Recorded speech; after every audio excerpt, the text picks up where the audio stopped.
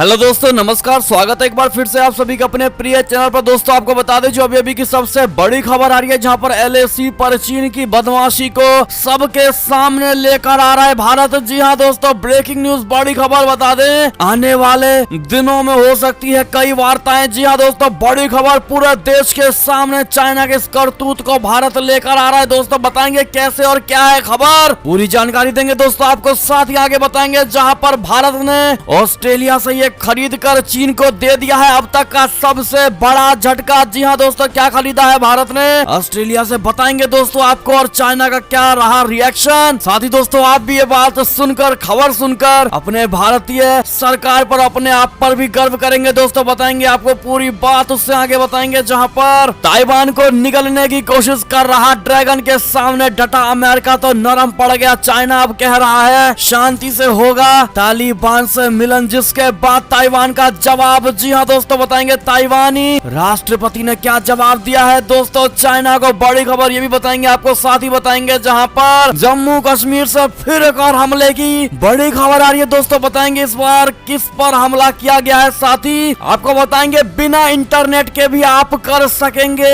जल्दी से पेमेंट। जी हां दोस्तों, कैसे, इसकी पूरी जानकारी आज देने वाले हैं आपको। साथ ही बताएंगे जहां क्या पति पत्नी दोनों को मिल सकते हैं प्रधानमंत्री किसान योजना के 6000 रुपए, इसके जरूरी नियम आपको बताएंगे दोस्तों क्या है नियम। साथ ही आपको बताएंगे ट्रेन कैंसिल कराने पर तुरंत आपको रिफंड मिलेगा दोस्तों सेकंडों में। जी हाँ दोस्तों, पहले 6 से 7 दिन लगते थे, बताएंगे क्या है इसका पूरा प्रोसेस। तो जानने के लिए बने रहिएगा दोस्तों वीडियो के अंत तक। और अभी खबरों में आगे बढ़ने से पहले हमेशा की तरह अगर मानते हैं कि अपने भारतीय सेना में वो शौर्य, ताकत, बल, क्षमता, पराक्रम है जो किसी अन्य देश की सेना में नहीं है दोस्तों। साथ ही मोदी जी तो हर चीज संभव है, तो फटाफट से इस वीडियो को भी कर दीजिए लाइक, चैनल को कर दीजिए सब्सक्राइब, बेल आइकन दबाइए, साथ ही कमेंट बॉक्स में लिख दीजिएगा जय हिंद। जी हाँ दोस्तों, तो बढ़ते हैं पहली और सबसे बड़ी खबर की तरफ, जहां पर एलएसी पर चीन की बदमाशी को सबके सामने लेकर आ रहा है भारत। आने वाले दिनों में हो सकती है कई वार्ताएं। जी हाँ दोस्तों, भारत सीमा पर चीन की बढ़ती आक्रामकता को गंभीर चिंता का विषय मान रहा है दोस्तों। एलएसी पर चीन की हरकतों पर लगातार मित्र देशों से जानकारी भी साझा की जा रही है दोस्तों। क्वाड के सदस्य देशों से चीन की चुनौती पर पिछले दिनों चर्चा के बाद अमेरिका के साथ लगातार इस मुद्दे पर संपर्क बना हुआ है। चीन की ओर से अतिक्रमण की कोशिशों और तनाव कम करने के लिए हो रहे प्रयासों की जानकारी अमेरिकी उप विदेश मंत्री के साथ बातचीत के दौरान भी साझा की गई थी दोस्तों। आने वाले दिनों में कई स्तरों पर वार्ताओं का दौर प्रस्तावित है, इसमें चीन की गतिविधियां भी मुद्दा होंगी। अमेरिका ने भी साफ कर दिया है कि सहयोग और प्रतिस्पर्धा के अलावा जहां जरूरी होगा चीन को चुनौती भी पेश की जाएगी। जी हां दोस्तों, हालांकि चीन के खिलाफ कोई सैन्य मोर्चेबंदी भारत ने अन्य देशों के साथ मिलकर नहीं की है, लेकिन चीन की विभिन्न स्तरों पर मोर्चेबंदी की जा रही है। आपको बता दें, गौरतलब है कि भारत ने विभिन्न स्तरों पर साफ कर दिया है कि सीमा पर यथा स्थिति में कोई बदलाव स्वीकार नहीं किया जाएगा। भारत कूटनीतिक तौर पर चीन को भी लगातार ये संदेश दे रहा है दोस्तों। साथ ही चीनी आक्रामकता से निपटने की रणनीति इस समय भारत के लिए कोर मुद्दा बना हुआ है। जी हाँ दोस्तों, आपको बता दें कि अमेरिका भी चाइना से लड़ने के लिए भारत का साथ देने को तैयार है दोस्तों। और भी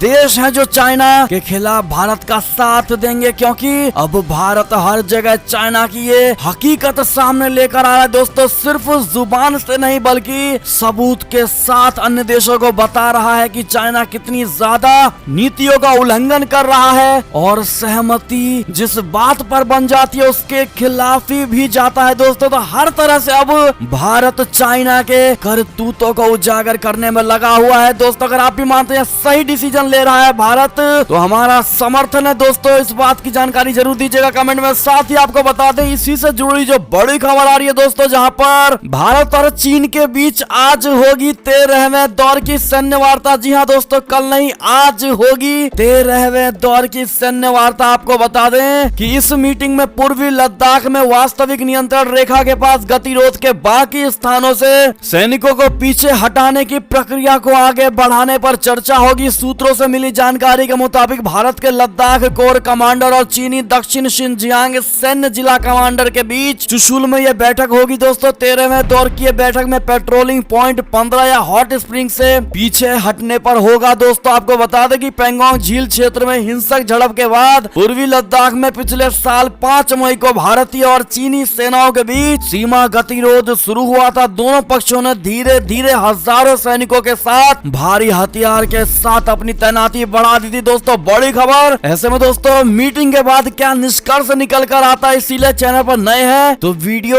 द्वारा इस चैनल को सब्सक्राइब जरूर कर लीजिएगा। दोस्तों बेल आइकन भी दबा दीजिएगा जिससे कि आपको तुरंत के तुरंत नई के नई अपडेट भारत से जुड़ी मिलती रहे। जी हाँ दोस्तों, बढ़ते अगली बड़ी खबर की तरफ, जहां पर भारत ने ऑस्ट्रेलिया से कोयला खरीद कर चीन को दिया है जोरदार झटका। जी हाँ दोस्तों, चीन के कई शहरों में अंधकार छाया हुआ है क्योंकि वहां पर कोयले की कमी से बिजली घरों में ऊर्जा पैदा नहीं की जा रही है। ऊर्जा निर्माता कोयले की कमी के कारण भीषण ऊर्जा संकट में फंसते जा रहे हैं। चीन में कोयले की कीमतों के साथ साथ महंगाई भी बढ़ती जा रही है। पिछले कुछ वर्षों से चीन का ऑस्ट्रेलिया के साथ व्यापार संघर्ष भी चल रहा है। दोस्तों चीन पहले से ही अपने बिजली घरों के लिए ऑस्ट्रेलिया से कोयला खरीदता रहा है, लेकिन इस बार चीन ने ऑस्ट्रेलिया को सबक सिखाने के लिए उसके कोयले को नहीं खरीदा। जो ऑस्ट्रेलियाई मालवाहक जहाज कोयले की बड़ी बड़ी खेप के साथ चीनी बंदरगाहों पर चीन के कोयले खरीदने की हामी भरने का इंतजार कर रहे थे, तो इसी बीच भारत ने ऑस्ट्रेलिया से सारा कोयला खरीद कर चीन को जोरदार झटका दिया है। दोस्तों भारत के इस कदम से चीन की ऑस्ट्रेलिया पर चाल उल्टी पड़ गई। जी हाँ दोस्तों, भारत ने 20 लाख टन कोयला खरीद कर एक तरफ चीन की चाल को उसी की तरफ मोड़ दिया, तो वहीं उधर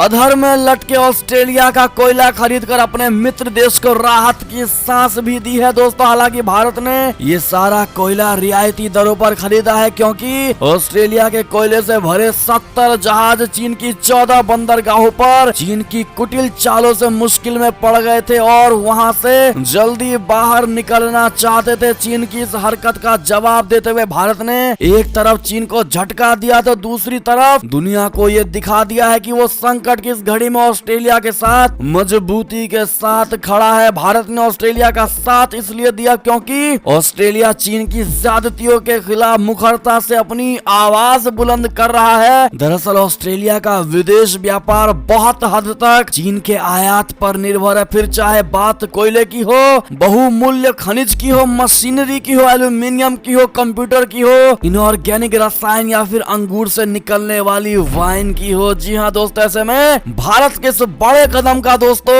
अगर आप भी समर्थन करते हैं और चाइना से ना खरीदे जाने इस कोयले को लेकर क्या होगी आपकी राय, कहना मत भूलिएगा दोस्तों। और जिन भाई और बहनों ने भारत के इस कदम का समर्थन किया, इस वीडियो को लाइक जरूर कर दीजिएगा दोस्तों। देखते कितने भाई बहन भारत के इस एक्शन से खुश हैं। चलते अगली खबर की तरफ दोस्तों, जहां पर ताइवान को निगलने की कोशिश कर रहे ड्रैगन के सामने डटा अमेरिका तो नरम पड़ा चाइना, कहा शांति से होगा मिलन। जी हाँ दोस्तों, चीन के राष्ट्रपति शी जिनपिंग ने शनिवार को कहा कि ताइवान के साथ फिर से एकीकरण शांति पूर्वक होगा। इससे पहले चीन ने ताइवान पर हमला करने की धमकी दी थी। शी ने बीजिंग के great hall of the people में एक आधिकारिक समारोह में कहा कि एक शांतिपूर्ण तरीके से ताइवान का चीनी राष्ट्र के साथ पुनः मिलन होगा जो सभी के हित में। आपको बता दें दोस्तों, इसी से जुड़ी जो बड़ी खबर आ रही है, जहां पर ताइवान ने चाइना के इस बात का दिया बड़ा जवाब, कहा ये एक स्वतंत्र देश है ना कि चाइना का हिस्सा। जी हाँ दोस्तों, ताइवान ने शनिवार को कहा कि ताइवान एक स्वतंत्र राष्ट्र है ना कि ये पीपुल्स रिपब्लिक ऑफ चाइना का हिस्सा। ताइवान की तरफ से चीन की उस टिप्पणी पर पलटवार करके जवाब दिया गया जिसमें चीन ने कहा था कि ताइवान और चीन का मुद्दा आपसी मामला है और चीन इसे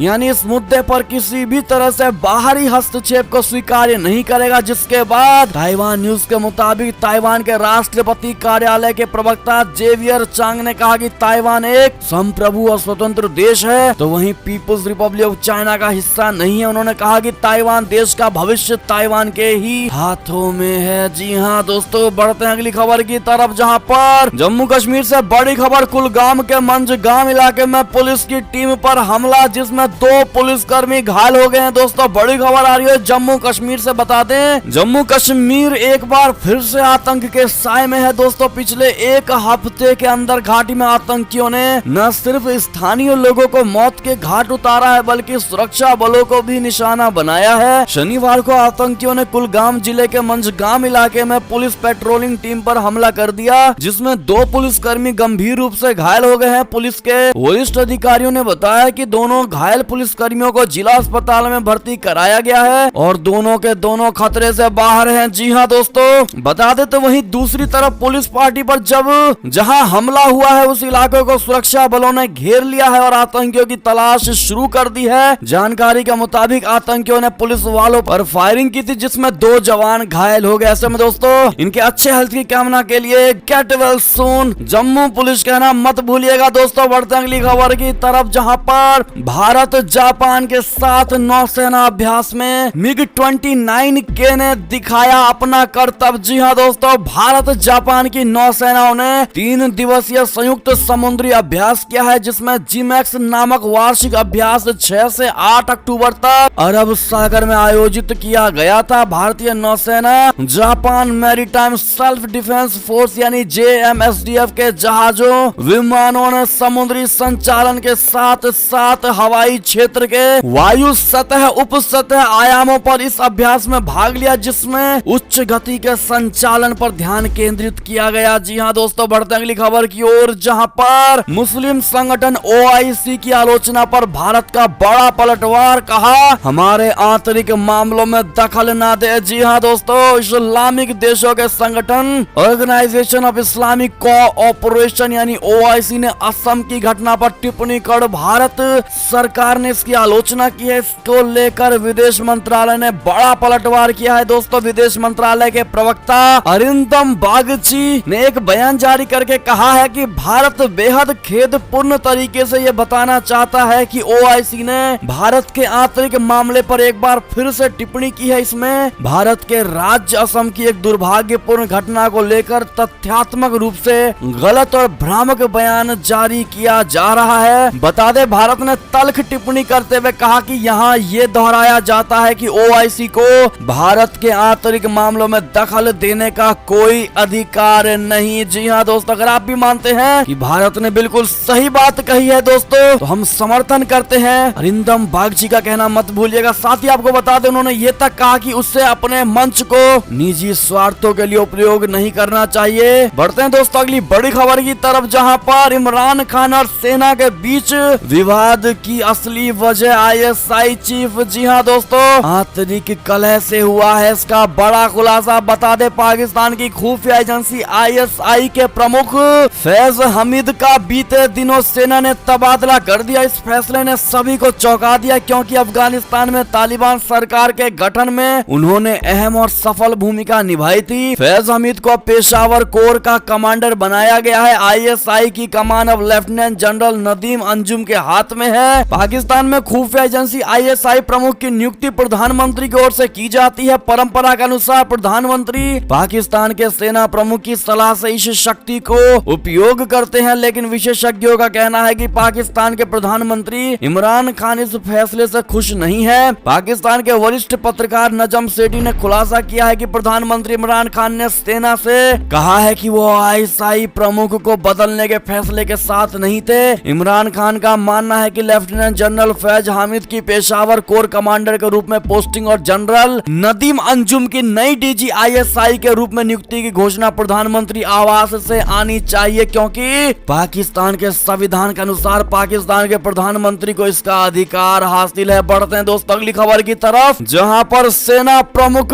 MM नरवणे ने कहा कि पूर्वी लद्दाख के पास चीन की गतिविधियां चिंता का विषय है, लेकिन हमारी सेना पूरी तरह से तैयार है। जी हां दोस्तों, आपको बता दें, पूर्वी लद्दाख क्षेत्र में चीन द्वारा बड़ी संख्या में सेना की तैनाती और बुनियादी ढांचे के विकास को लेकर सेना प्रमुख जनरल MM नरवणे ने शनिवार को चिंता जताई। उन्होंने कहा कि चीन जिस तरह से पूर्वी लद्दाख एरिया में सेना की तैनाती बढ़ा रहा है वो एक चिंता का विषय है, लेकिन हमारी सेना भी मुंह तोड़ जवाब देने के लिए हमेशा पूरी तरह से तैयार है। उन्होंने कहा कि अगर चीनी सेना सर्दियों के दौरान भी तैनाती बढ़ाएगी और बनाए रखेगी तो यहाँ LOC जैसी स्थिति यानी नियंत्रण रेखा हो सकती है। हालांकि ये सक्रिय LOC जैसी नहीं होगी, जैसा कि पाकिस्तान के साथ पश्चिमी मोर्चे पर है दोस्तों बड़ी खबर। इस पर आपकी क्या प्रतिक्रिया होगी दोस्तों, बताइएगा जरूर। बढ़ते हैं अगली खबर की तरफ, लेकिन जिन भाई और बहनों ने वीडियो को अभी तक लाइक नहीं किया, प्लीज रिक्वेस्ट है दोस्तों आपसे लाइक कर दीजिएगा।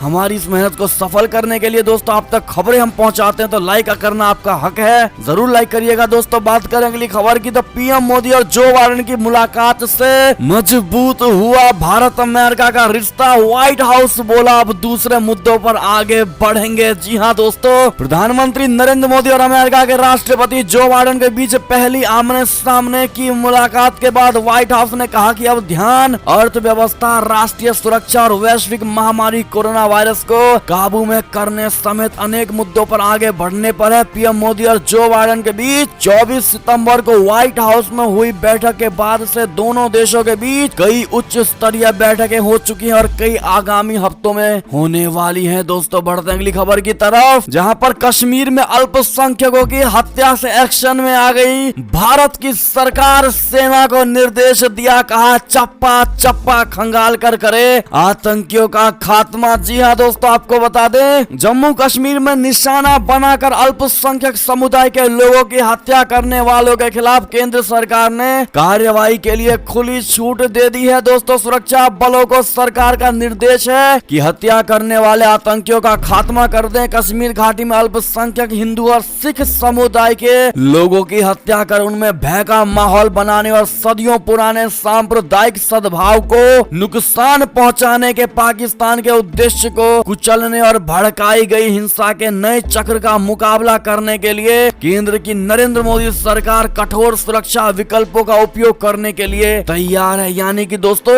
जम्मू कश्मीर के सैनिकों को खुली छूट दे दी गई है। जी हाँ दोस्तों, जैसे ही आतंकी दिखे उसका खात्मा कर दो। क्या कहेंगे ऐसे में आप लोग बताइएगा जरूर। चलते हैं अगली बड़ी खबर की तरफ, जहां भारत दौरे पर दिल्ली पहुंची डेनमार्क की प्रधानमंत्री ने यात्रा को बताया मील का पत्थर। राष्ट्रपति भवन में हुआ उनका भव्य स्वागत। जी हाँ दोस्तों, डेनमार्क की प्रधानमंत्री मेटे फ्रेडरिक्सन 3 दिनों के लिए भारत दौरे पर राजधानी दिल्ली पहुंची है दोस्तों। और दिल्ली पहुंचने के बाद उन्होंने कहा कि उनका मकसद भारत के साथ डेनमार्क के रिश्ते को ऐतिहासिक बनाना है। भारतीय प्रधानमंत्री नरेंद्र मोदी ने राष्ट्रपति भवन में डेनमार्क की प्रधानमंत्री मेटे फ्रेडरिक्सन का स्वागत किया। फ्रेडरिक्सन अपनी 3 दिवसीय भारत यात्रा के लिए कल नई दिल्ली पहुंची थी। जी हाँ दोस्तों, अगर आप भी इनका स्वागत करते हैं तो वेलकम टू इंडिया फ्रेडरिक्सन कहना मत भूलिएगा। दोस्तों बढ़ते हैं अगली बड़ी खबर की तरफ, जहां पर विदेश मंत्री जयशंकर 10 से 13 अक्टूबर तक कजाकिस्तान समेत इन स्थानों का करेंगे दौरा। जी हाँ दोस्तों, विदेश मंत्रालय ने अपने बयान में कहा है कि विदेश मंत्री एस जयशंकर द्विपक्षीय संबंधों को आगे बढ़ाने और सुरक्षा से लेकर व्यापार तक के क्षेत्रों में सहयोग को मजबूत करने के लिए 10 से 13 अक्टूबर यानी रविवार से बुधवार के दौरान कजाकिस्तान, किर्गिस्तान और आर्मेनिया का दौरा करेंगे। जी हाँ दोस्तों, हैप्पी जर्नी कहना मत भूलिएगा इनको। साथ ही अगली खबर की बात करें तो कश्मीर पर जहर उगलने वाले तुर्की के राष्ट्रपति एर्दोगान अब बोलने लायक नहीं बचेंगे दोस्तों, क्योंकि खिसकने वाली है इनकी कुर्सी। अगर आप भी इनके कुर्सी खिसकने से खुश हैं दोस्तों तो बताइएगा जरूर। साथ ही अगली खबर की बात करें तो पंजाब से बड़ी खबर, जहां प्रदर्शनकारी किसानों ने सुखबीर सिंह बादल के वाहन पर फेंका है जूता।